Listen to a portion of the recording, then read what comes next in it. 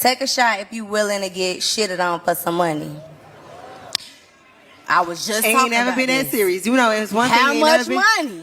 You getting shit on? Hey, how much money? Girl, you Carisha, not. be quiet.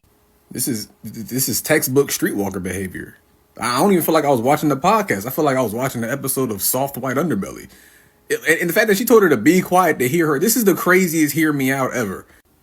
And this is why you got to keep your personal life, because I'm pretty sure she expected that whole room to cheer like the comment section usually does, and it didn't.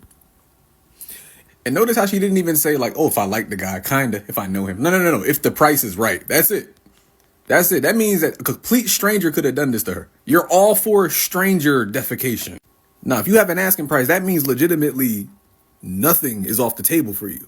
This is why I always tell people, don't ever let people who have an asking price who would fold on their own belief system for their asking price tell you ain't gonna be nothing. All right.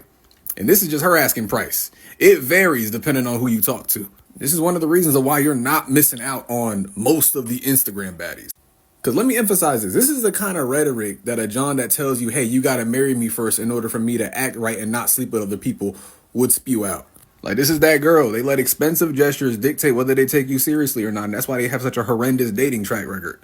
And a lot of people will argue, nah, that's just tricks. That's just people that pay for them. BS. Because the longer you occupy that setting, the longer you tend to adapt. So then you inevitably start blurring the lines on what you actually think you deserve.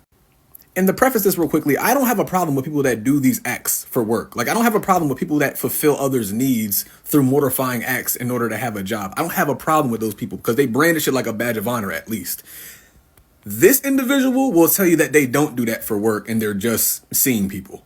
She wants the benefits of getting a deuce dropped on her by a guy without the title. We all know what kind of individual indulges in those kind of escapades. They don't want to brandish the title of being considered a streetwalker, but they'll brandish the behavior, which I find so stupefying.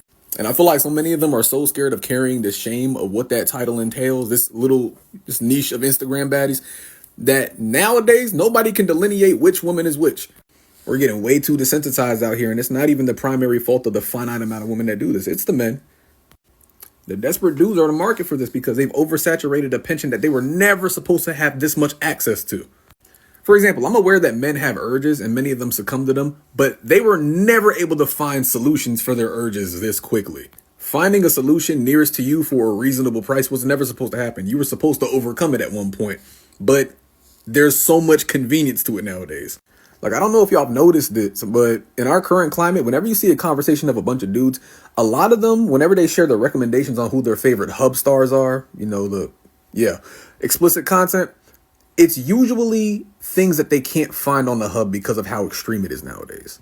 The recommendations ain't even hub worthy. They've veered so far into the realm of taboo that it's no longer taboo anymore. Yeah, I don't want to sound like that guy, but we need to cleanse. Collectively, all of us need to cleanse.